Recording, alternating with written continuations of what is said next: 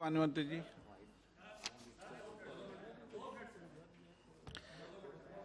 तुम्हारा अनुमान बेनीवाल जी क्या लेना देना है इसमें? यूं ही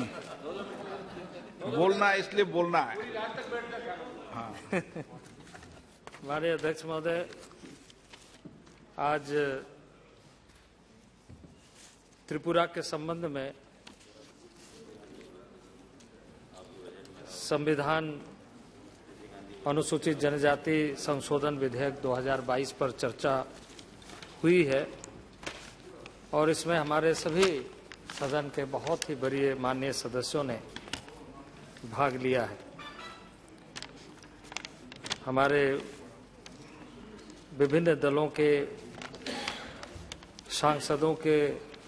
दृष्टि से हमारे प्रद्युत बरदलोई जी, तपीर गांव जी, श्री ए राजा जी, श्रीमती गोमती माधवी जी, श्रीमती प्रतिमा मंडल जी, अरविंद सावंत जी, फैजल मोहम्मद जी, हुसनैन मसूदी जी, हमारे सप्तगिरी शंकर उलाका जी, रेवती त्रिपुरा जी, इंद्रसेन सुब्बा राव जी, शरणिया जी, अगाथा संगमा जी और इसके साथ साथ ही भरतरी महताब जी, गिरीश चंद्र जी, जसकोर मीणा जी, हमारे सुरेश जी, कुनार हेमरम जी सहित इटी मोहम्मद कसीर जी और हमारे अधीर रंजन चौधरी जी। अभी हम सब के बीच में विभिन्न प्रदेशों के ऐसे समस्याओं पर जो जनजातीय क्षेत्र और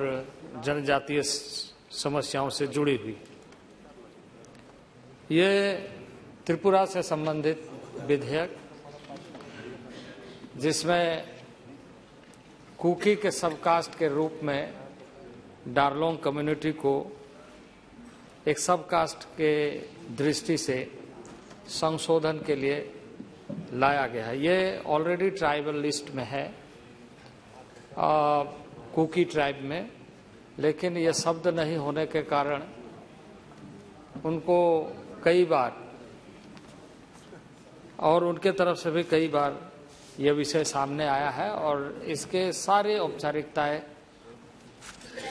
राज्य सरकार ने पूरी करते हुए भारत सरकार को और भारत सरकार के विभिन्न जो मापदंड है, जो तय मापदंड है, उसके आधार पर मंत्रिपरिषद के स्वीकृति उपरांत इसको लाया गया। इसके अलावा आज जो चर्चा में बहुत सारे माननीय सदस्यों ने इस बात की शंका जाहिर की कि जो ट्राइबल अफेयर्स मिनिस्ट्री का बजट है वो बजट समुचित नहीं है। कुछ माननीय सदस्यों ने लक्षद्वीप के संबंध में वहाँ के शेड्यूल्ड ट्राइब, क्योंकि वहाँ एक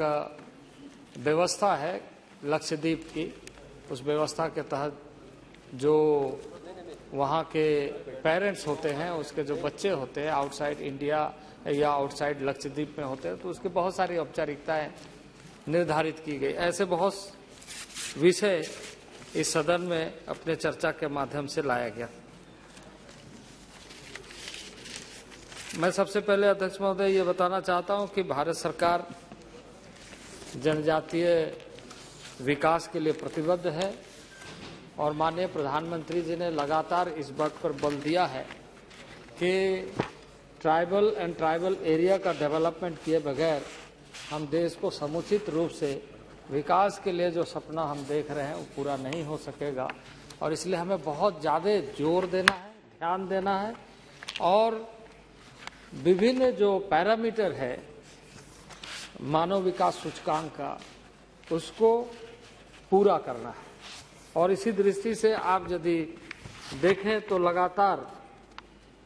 2014 के बाद से फंड के दृष्टि से, निर्णयों के दृष्टि से,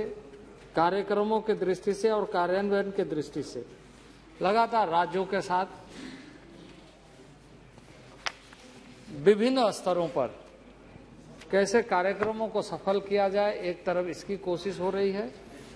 तो दूसरे तरफ राज्यों को लगातार आवंटित राशि में बढ़ोतरी हो रही है। आप यदि 2014-15 से 2021-22 तक को देखें तो जो एसटीसी कंपोनेंट है उसमें कई गुना वृद्धि हुई है, और उसी दृष्टि से राज्यों को भी प्रेरित किया गया कि जो सब प्लान प्रोग्राम है, भारत सरकार एसटीसी कंपोनेंट के माध्यम से सभी मंत्रालयों के साथ यह कोशिश करती है कि उन राशियों को हम विभिन्न स्टेट के जो नोडल एजेंसी है, डिपार्टमेंट है, वो अच्छे ढंग से काम करें। और इसलिए जहां उन 14-15 में आप देखेंगे 16,111 करोड़ था, आज 21-22 में वह 87,585 करोड़ की राशि आवंटित की गई। तो यह उत्तरोत्तर वृद्धि का क्रम जारी है, और उसी ढंग से हम लोग राज्य सरकार को इस बात के लिए कि जो ट्राइबल सब प्लान बनाए, वो ट्राइबल सब प्लान व्यवस्था है कि उसके अनुपात में बनाए जो वहां की आबादी है, और यह सुनिश्चित करे कि वो राशि का उपयोग उन्हीं क्षेत्रों में उन्हीं लोगों के बीच में हो जिसके लिए राशि की व्यवस्था करणांकित की गई है। और इस दृष्टि से लगातार हम मॉनिटरिंग कर रहे हैं। पहले प्लानिंग कमीशन इसकी मॉनिटरिंग करता था,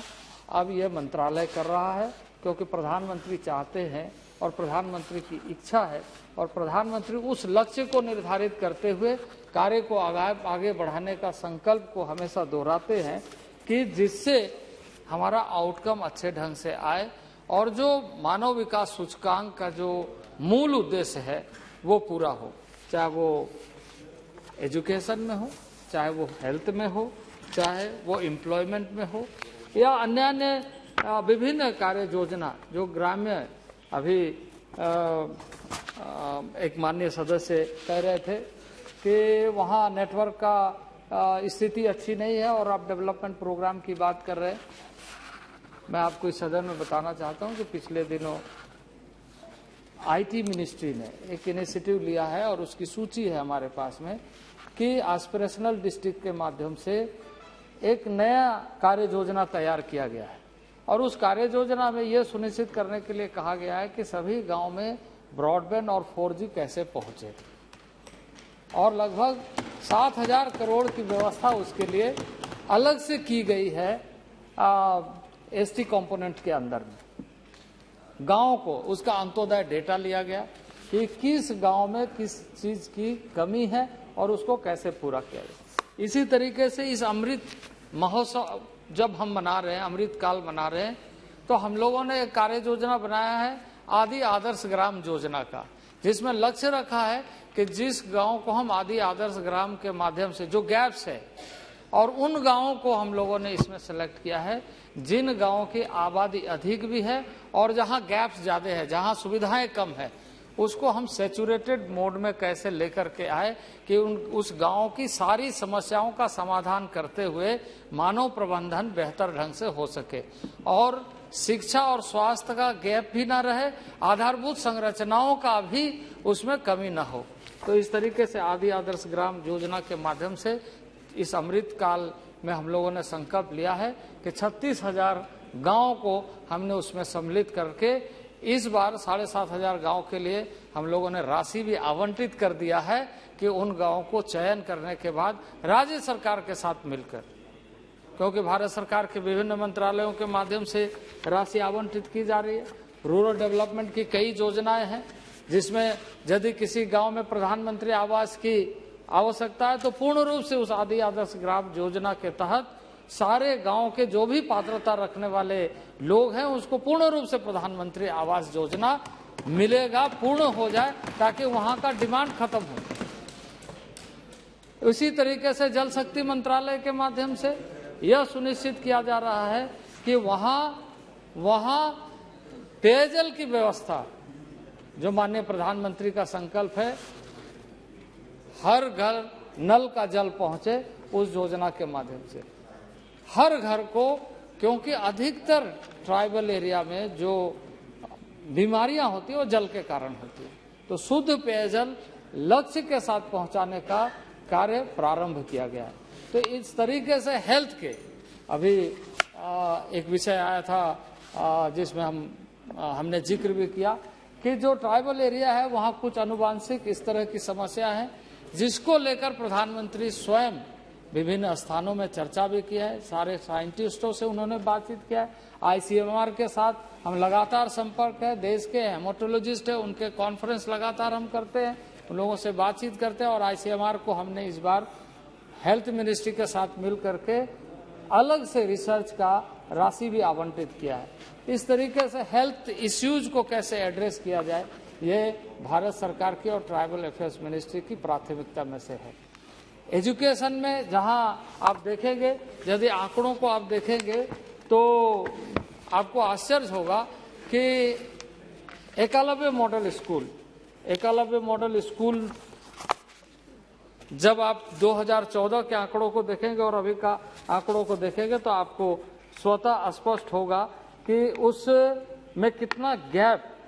पहले एकलव्य मॉडल स्कूल के लिए मात्र 278 करोड़ का बजट प्रोविजन होता था, अभी उसको संचालित करने के लिए 1418 करोड़ रुपया हम आवंटित करते हैं। इसी तरीके से 2014 में जो हमारा स्कूल की संख्या थी उसके तुलना में इस बार स्कूल डबल संख्या हो गई। पहले हमारी संख्या लगभग 160 थी, वह 365 से अधिक स्कूल की संख्या संचालित जो प्रारंभ की गई है। और ये पूरा होने के बाद लगभग 700 से अधिक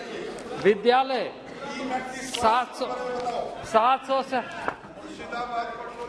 700 से अधिक विद्यालय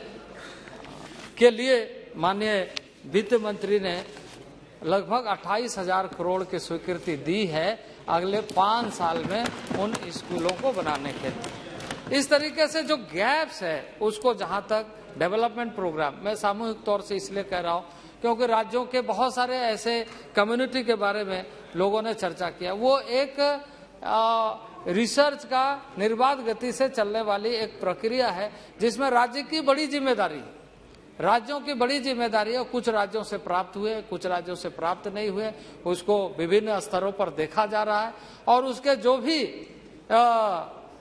निष्कर्ष होंगे मैं निश्चित रूप से, क्योंकि इतने लगभग सभी राज्यों के कुछ कम्युनिटी में, खास करके उड़ीसा के तो बहुत सारे, उसमें लगभग मुझे लगता है कि जितना आपने संख्या बताया है लगभग 62 हमारे पास में रिसीव हुए हैं, उसमें लगभग 14-15 तो क्लियर हो चुके हैं जिसके रिपोर्ट सबमिट होकर के RGI के यहाँ से आ चुका है। इस तरह कई संख्या आपको मैं अलग से उपलब्ध करा दूंगा। और भी बाकी जो भी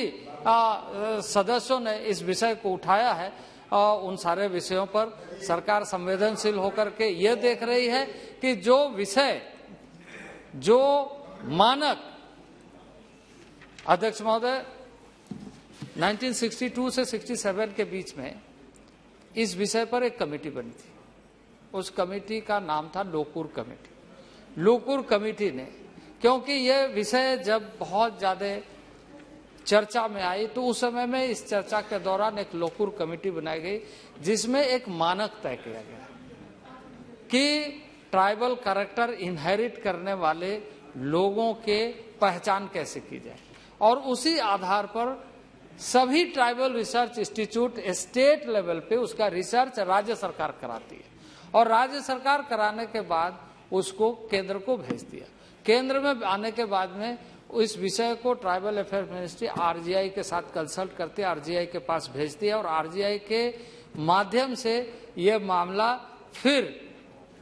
गृह मंत्रालय के पास, फिर तमाम मंत्रालय से कंसल्ट लेकर इसको मंत्रिमंडल में लाया जाता है और मंत्रिमंडल में आने के बाद में इस सदन में चर्चा की जाती है। तो यह सारी औपचारिकताएं विभिन्न स्तरों पर, विभिन्न कम्युनिटी के मामले में हो सकते हैं जिसको समय समय पर हम चर्चा करते रहेंगे और जानकारी भी हम दे देंगे। माननीय सदस्य जो उसकी जानकारी चाहते हैं कि उसके बारे में क्या रिपोर्ट आया नहीं आया है, और इसलिए मैं माननीय सदस्यों को ये बताना चाहता हूं कि सरकार संवेदनशील है ऐसे मामले को, जिस मामले में वास्तविक रूप से, क्योंकि ये माननीय सुप्रीम कोर्ट ने एक फैसला दिया है जिसमें ये कहा है कि ये सारा विषय देश का पार्लियामेंट ही चर्चा करके इसका निष्कर्ष निकाल सकता है, और इसलिए ऐसे मामले जितने भी आते हैं जो जिस तरह के हैं उस मामले को हम लेकर के आते हैं। और इसलिए आज ये डारलोंग कम्युनिटी जो कुकी का सब कास्ट के रूप में लाया गया है उसको सदन में हमने प्रस्तुत किया है। मेरा आग्रह है, वैसे सभी ने इसका सपोर्ट किया है, सभी जितने भी माननीय सदस्य हैं सभी ने सपोर्ट किया, मैं उन लोगों का आभारी हूं। इसको सदन से पास किया जाए और इस तरीके से जो भी इस आदर्श मामले है उसको भी निश्चित रूप से सरकार गंभीरता से देख रही है, और उस कमेटी के जो रिकमेंडेशन है उस रिकमेंडेशन के आधार पर जो रिपोर्ट आएगी उसके आधार पर आगे की कार्रवाई की जाएगी। बहुत बहुत धन्यवाद। प्रश्न ये कि विधेयक पर विचार किया जाए। जो सदस्य इसके पक्ष में हाँ कहें